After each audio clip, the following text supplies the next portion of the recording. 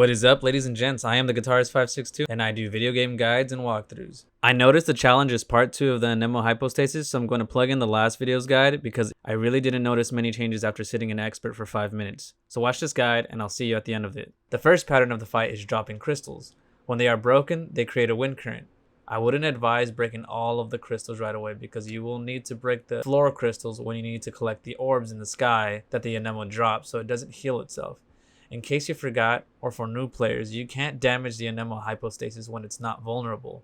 So save your movesets for when it reveals its core. Its second pattern will be to drop tornadoes, and they do massive amounts of damage on expert.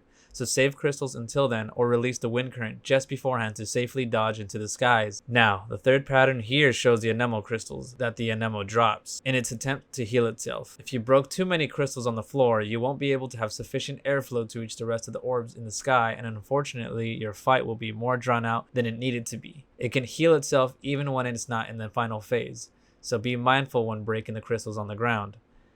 A fourth pattern the boss does is pull you in with a wind current.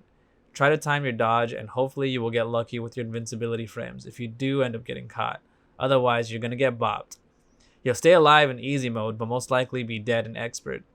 On that note, switching to expert mode creates another pattern that happens, which is a Ropa Los Cerros. Not sure if I said that right. And not sure if it happens in easy mode as well. I just noticed it happening more in expert. But to stop this move, you must use plunging attacks. Successfully plunge into the boss and it should stop the moveset. A sixth pattern he does is creating shockwaves, and you can evade by dodging or just being in the air.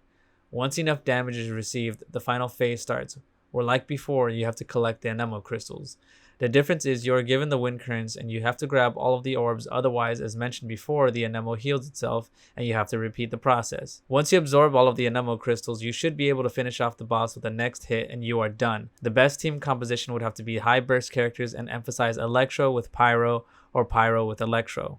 Free-to-play users use Lisa and Amber with Shang Ling for elemental resonance and reactions, with Noelle to give you shields so you don't die. If you need more healing, then I would suggest swapping out Noelle for Barbara. But otherwise, you should be fine using the reaction between Shangling and Lisa. Thanks again for watching. I do my best to keep my guide short and to the point, so if you enjoyed the content, please leave a like, sub, and comment, feedback, or just thank me for making the video. It helps me a lot.